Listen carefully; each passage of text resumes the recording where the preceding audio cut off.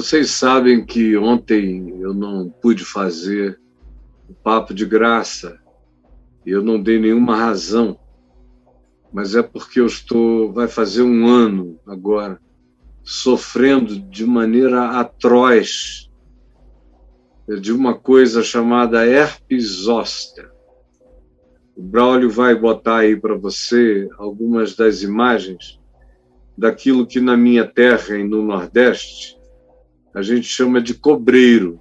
Ele dá assim aí na barriga de um indivíduo, e na minha não ficou assim, porque eu, graças a Deus, tenho médico, tenho remédio. Então, em abril do ano passado, no meio de uma dengue horrorosa, eu tive isso, e eu estava sofrendo tanto da dengue, pode ir passando, brother, eu estava sofrendo tanto da dengue, que eu não consegui nem dar importância para isso. Eu só fui começar a dar importância para isto, e no meu caso, eu repito, não houve essa acumulação toda. O lugar que ela prefere são esses que estão sendo mostrados, inclusive as costas, é um lado, ela pega um lado do dorso do indivíduo, ali anteriormente tinha um desenho, com uma setinha, inclusive, aí mostrando onde é que ela prefere, em alguns casos. Ela se instala em alguns lugares, preferencialmente, além da barriga, ela gosta desse nervo aí do dorso que vocês estão vendo. Pois bem, foi aí que ela se agarrou em mim, quando eu... Pode voltar, obrigado, Braulio. Quando eu parei de sentir tanto mal-estar da dengue, era a segunda que eu tinha, mas essa foi aterradora. Deu em mim, deu na Adriana. Quando eu parei de ter, durante mais de 30 dias, 35 dias, aquele mal-estar, e eu vim para cá algumas vezes fazer o programa com aquela coisa, parecia que eu ia morrer, e, enfim, foi horrível. Mas foi por causa desse grande mal-estar que eu deixei isso se instalar, até que eu percebi, nessa altura aqui do corpo, e nas costas, e um pouco lá, aquelas bolhas. Eu falei com o meu médico, ele imediatamente me passou o remédio adequado, o viral, o antiviral, e eu tomei, e tomei até dobrado, porque eu sabia que eu tinha perdido tempo em razão do mal-estar maior. Como eu disse, às vezes tem um mal-estar grande, quando eu mostrei o exemplo da árvore com o raio, e as pessoas se abrigando para tentarem se proteger de algo ruim, que para eles seria a chuva, a tempestade, acabaram ficando num lugar onde algo pior haveria de acontecer. Foi o meu caso.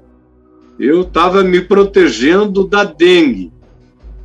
E os meus anticorpos baixaram tanto que se ficou preocupado de que a minha dengue evoluísse para dengue hemorrágica. E o que aconteceu é que a fragilidade foi imensa e isso se manifestou. E não ficou, quem me dera, apenas como uma condição externa de natureza dermatológica. Não, ela alcançou mesmo o meu nervo.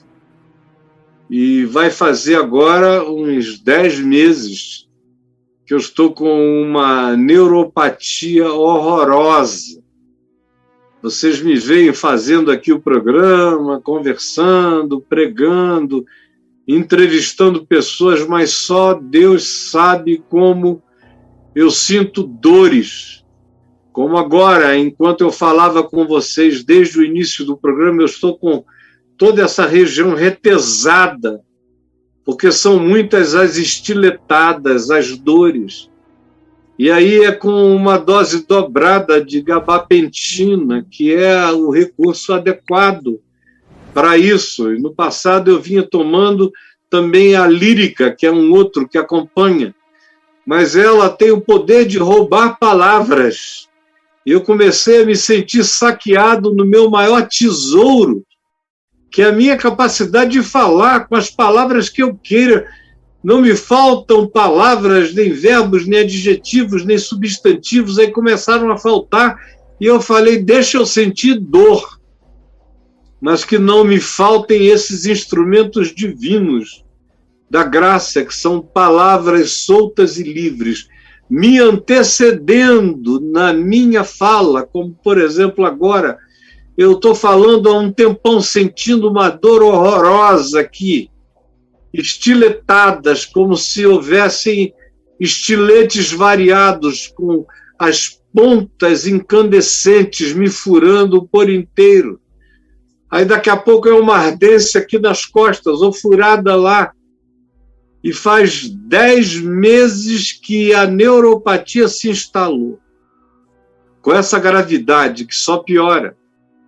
Hoje eu estou aqui, além da gabapentina, eu vim para cá e, como Tilex dá dor, e o meu médico disse para eu, com a gabapentina, tomar o Tilex, eu deixei para tomar o Tilex exatamente na hora que eu estava vindo para cá, porque senão eu poderia sentir tanta dor como ontem que eu viria a cancelar, e eu não quero cancelar.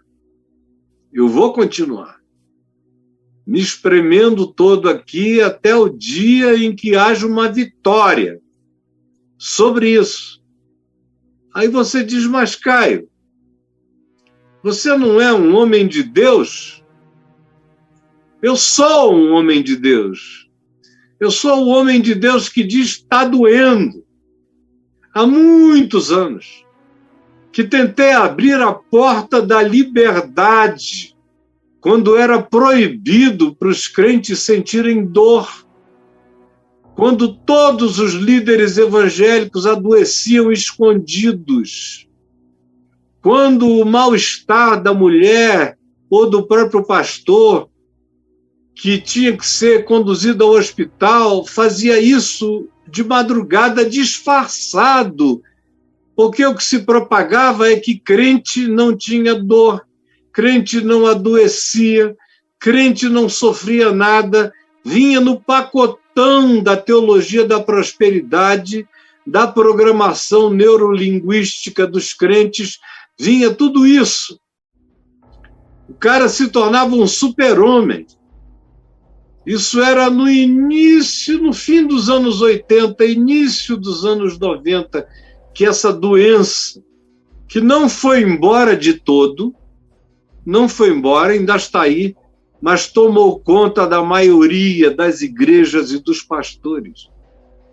E eu tinha uma conferência, não sei se os irmãos da Mocidade para Cristo Internacional e nem da MPC Brasil me perdoaram até hoje, mas era uma conferência da Youth for Christ no Canadá, e eu era o keynote speaker para falar, para fazer, eu não me lembro mais se era a abertura, se era o encerramento, ou quantas vezes eu ia falar no evento, mas naquele tempo eu fibrilava, eu tinha fibrilação atrial, e eu tive uma fibrilação tão violenta que me levou para a UTI, e foi de lá da UTI que eu cancelei a minha ida ao Canadá, e houve um burburinho horroroso. Se os irmãos da MPC estiverem me ouvindo, Marcelo Galberto, eu sei que a Carolzinha está ouvindo, outros, mas a Carolzinha era menina naquele tempo, e era criança, mas foi uma confusão muito grande porque eu não fui. E eu estava na UTI, esse era o meu argumento, mas eu tinha que ir, apesar da UTI, porque o pensamento era esse, era o super-homem. Tira essa roupa aqui que de baixo Hoje eu vim até vestido sem querer com o azul do Super-Homem. Abre, porque você voa para cá. E eu vendo aquela reação, e era um lugar de gente ilustrada, iluminada, inteligente, eram os melhores. Eu então escrevi, durante os dias da minha convalescença, um livro que deve estar por aí, não sei se está na nossa loja, mas deve voltar para a nossa loja, deve virar e-book, é necessário que assim seja, chamado Tá Doendo. E não milhares, mas milhões de pessoas leram o Tá Doendo no curso dos anos. Até hoje eu encontro pessoas me dizendo que foi salva da sua angústia culposa de estar doente, lendo o Tá Doendo. Eu sou o homem do Tá Doendo. Tá aí, ó, tá doendo. Ainda tem um band-aid na capa. Ele ganhou até um prêmio de criatividade à época, 1991, não me lembro. Tá doendo. Eu nunca escondi dores, doenças, nem minha, nem da minha família, nem de ninguém. Eu nunca quis ser o super-homem, eu não creio nisso. A minha filosofia é a de Jesus, que ensina que a única realidade diferenciadora que um ser humano tem nessa existência é se ele coloca a sua vida... Se ele coloca a sua vida no fundamento da rocha, ou se ele coloca a sua vida num fundamento que eu não tenho aqui, que é o fundamento da areia. Da rocha ou da areia. Essa é a única diferença. No mais é tudo igual. Jesus diz que vem as chuvas, vem os ventos, vem as tempestades, vem as agonias, vem os sofrimentos, os mais diversos. E os que erigiram a sua casa na areia serão engolidos, serão tragados. A areia é tudo que não é evangelho. A areia são as falsas esperanças. A areia são essas mentiras que são contadas. A areia é o mito do super-homem aplicado à realidade do super-crente. A areia é essa ideia mágica de que, com uma programação neurolinguística, eu atravesso a Covid. Essa é a areia na qual todos acabam sendo engolidos. São aqueles que dizem, não cai na minha cabeça. E ficam aí debaixo da árvore que atrai o terremoto. A areia é essa ignorância. Isso é areia. É ir para debaixo da árvore achando que ali é seguro. Só evita você ficar muito molhado da água, como eu já mostrei aqui. Mas não salva você daquilo que é o perigo maior. Que é o perigo maior, que o Braulio vai mostrar uma hora dessas aí. Que é o perigo maior, e o perigo maior é o raio. Isso é a areia. Essa ilusão de ficar achando que essas palavras de proteção vão defender você. Não vão, não. Tem uma coisa maior. Você tem que ser inteligente, lúcido, para tentar se abrigar aonde o abrigo é um refúgio, não aonde o abrigo é uma atração para raios. Aí não vale a pena. É melhor você ter a coragem de dizer está doendo e botar o seu pé na verdade, na realidade, no que seja a revelação de Deus, no que seja ciência, no que seja verdade, no que seja boa dádiva, dom perfeito, vindo do Pai das luzes, como graça para nós, como iluminação. Isso é botar o pé na rocha.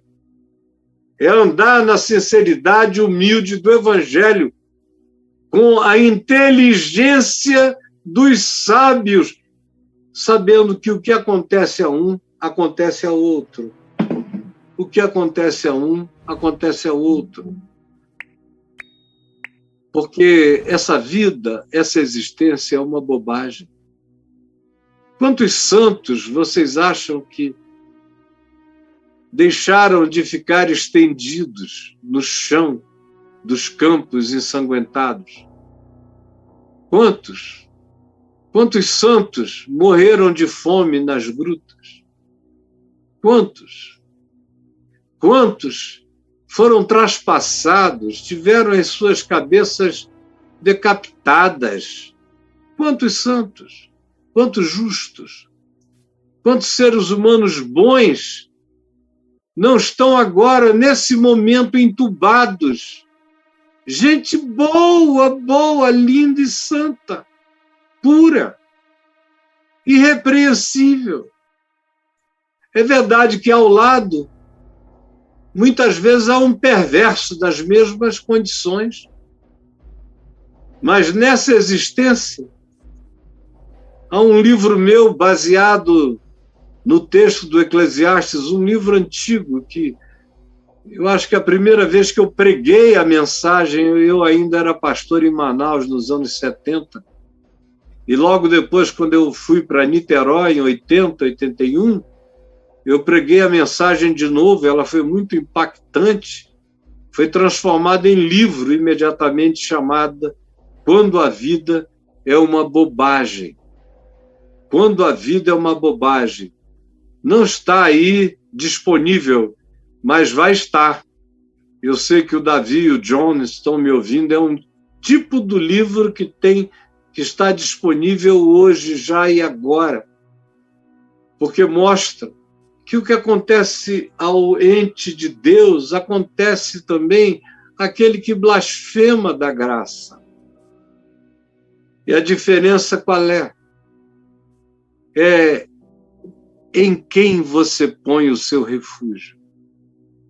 E não é o refúgio para proteger você de eventuais raios físicos, fenomenológicos.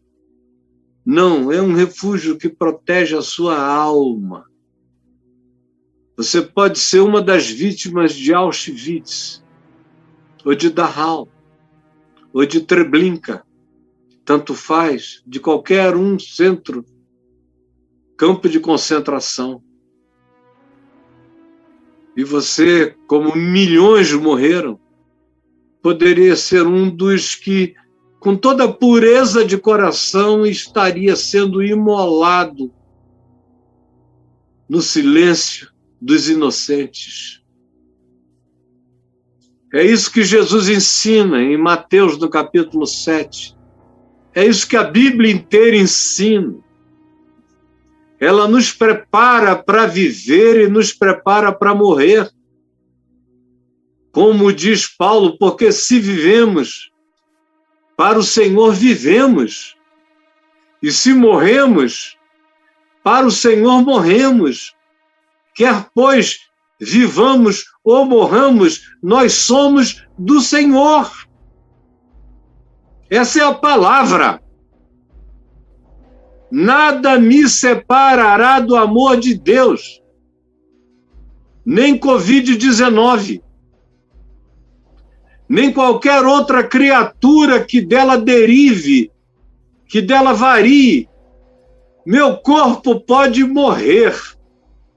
Eu, todavia, viverei e jamais morrerei, porque eu sou alguém habitado pela força da ressurreição. Eu creio naquele que disse: eu sou a ressurreição e a vida. Aquele que crê em mim, ainda que morra, viverá, continuará. E todo aquele que vive e crê em mim, quando morrer, não saberá nem da morte, não morrerá eternamente. Já passou da morte para a vida. Já passou. da morte para a vida. E aqui, Eclesiastes 9, 1 e 2, o que se lê é o que está repetido. Eu podia ler o capítulo anterior, e o anterior, e o posterior. São variações do mesmo tema e diz: quando a vida é uma bobagem. Deveras me apliquei a todas estas coisas para claramente entender tudo isto. Que os justos e os sábios e os seus feitos estão nas mãos de Deus. E se é amor ou se é ódio que está à sua espera, ele, o sábio, o justo, não o sabe. Não o sabe, nenhum homem o sabe. Tudo está oculto no futuro. Ninguém sabe de nada. Eu me lembro que chegando era em Hebrom, eu falei isso outro dia, me lembrei agora, com a Adriana, a Bruna e um dos cameramen, eu não me lembro agora quem é que estava conosco, acho que o Jack, nosso querido Jack, estava com a gente. Entrando em Hebrom, eu queria gravar naquele carvalhal de Manre, onde Abraão teve o seu repouso, e é um carvalhal do ponto de vista científico de mais de 4.000 anos de idade. E quando a gente ia entrando, não é permitido entrar no lugar, é muito restrito, e aí o nosso guia resolveu arriscar. Aí disse a eles: é um grupo de brasileiros que vieram filmar, e tem aqui alguém que já vem a Israel há muitos anos. Aí ele olhou para dentro do carro e não fez nada a não ser dar uma senha. A senha era Moro. Moro. Eu até, na hora, demorei a entender, eu pensei logo nos mouros. Eu digo, o que será que ele está falando? Será que ele está tentando falar?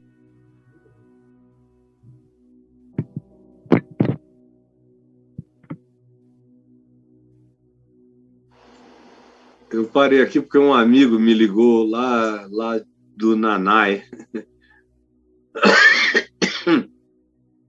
Será que ele está tentando falar o quê comigo?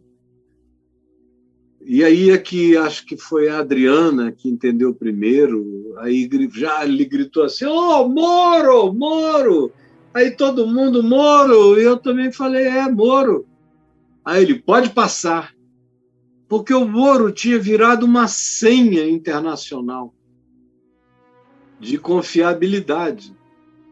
E, a meu ver, a Lava Jato em si não caiu em nenhum esgoto, exceto para quem queira que ela caia. Ela fez muito mais coisas que precisavam ser feitas do que, de fato, dá para comparar com os erros que ela praticou, que foram tópicos. E eu não tenho nenhum pudor de dizer, na minha opinião, quais foram, e já disse várias vezes. E é por esses erros tópicos que se está correndo o risco de ver a coisa toda ir para o ralo. A coisa toda. Agora, que futuro a gente poderia pensar que assim seria? Há 4 ou 5 anos atrás, quem? O Moro pensaria isso? O Dallagnol? Aquele povo todo da Lava Jato? Rapazes legais, queridos, eu não tenho que dizer que eu tenho muito, muito carinho pelo Dallagnol, nunca deixarei de ter. Tenho. Os equívocos, quando eu ia saindo, ele me perguntou: que conselhos o senhor me daria? Ele me chamou lá querendo ouvir minha opinião. E eu dei 3 conselhos. 3. E, a meu ver, nenhum deles foi levado totalmente a sério, senão nada disso teria acontecido. porque eu falei das acusações prematuras sem a devida prova concreta, não bastava se saber, tinha-se que ter as evidências. Saber, eu sabia, especialmente naquele casinho ali, dos casos que envolviam Lula, que, a meu ver, foram os menores.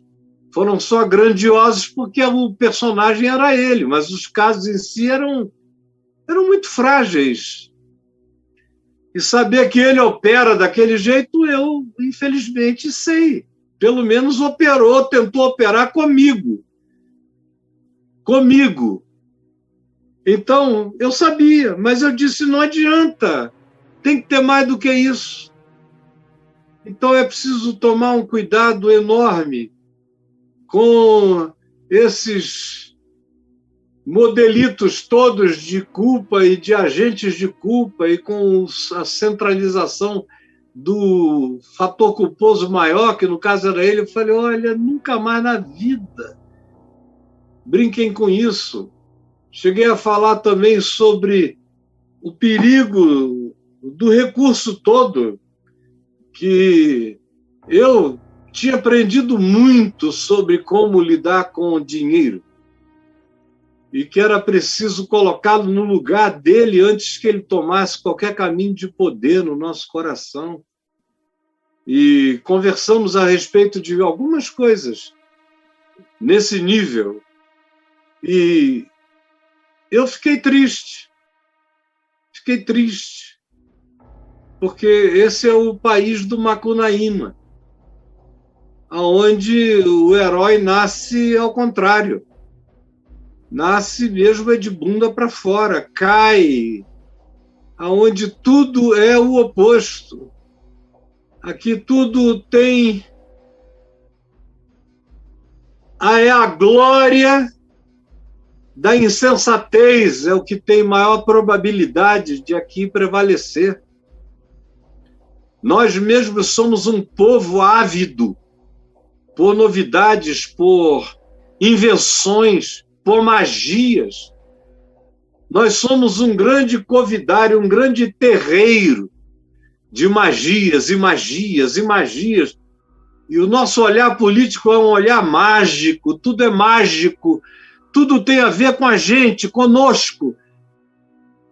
Pois bem, tudo está guardado no futuro. Assim como esses personagens de hoje, escreva, todos eles também têm futuro. Nós não chegamos ao fim de nada. E nesse país, ninguém se assuste, porque os resultados são sempre bizarros. O Eclesiastes aqui tem que ser multiplicado e tem que ser elevado a números de natureza exponencial, inconcebíveis. O Eclesiastes foi escrito no ambiente de um pequeno reino, com as histórias de um pequeno país, não com o acumulado de 3.000 anos depois do texto, incluindo tudo e todos e a história universal inteira, até que num país como o nosso, esse texto aqui se torna quase que um conto de fadas. No entanto, ele é verdadeiro. Ele é verdadeiro e tudo está guardado no futuro dos homens. Hoje eu estava vendo a empáfia de alguns ministros, especialmente um deles. Parecia um cururu togado, cheio de orgulho, destilava o limo da sua ofegância, cheia de vaidade. Eu pensei, meu Deus, ele pensa que está terminando com alguma história e não sabe a história que o aguarda ainda. Cada um ali tem uma história que o aguarda ainda e tudo está oculto no futuro. Oculto. E não tem pai de santo, mãe de santo, rezadeira, profeta, ninguém que vá te dizer o quê. Eu conheci o Mori Cerulo como um homem ungido. Há 50 anos atrás, em Manaus, 49 anos atrás. Agora, no mundo inteiro, ele é um charlatão, não um homem ungido.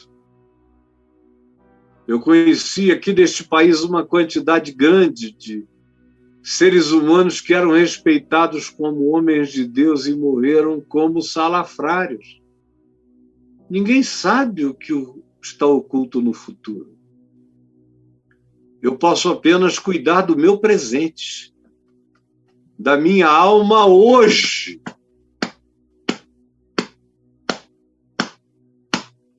Da minha alma hoje. Seja lá o que me venha, eu estou tentando me proteger da melhor maneira possível. No entanto, está tudo oculto no futuro. Tudo.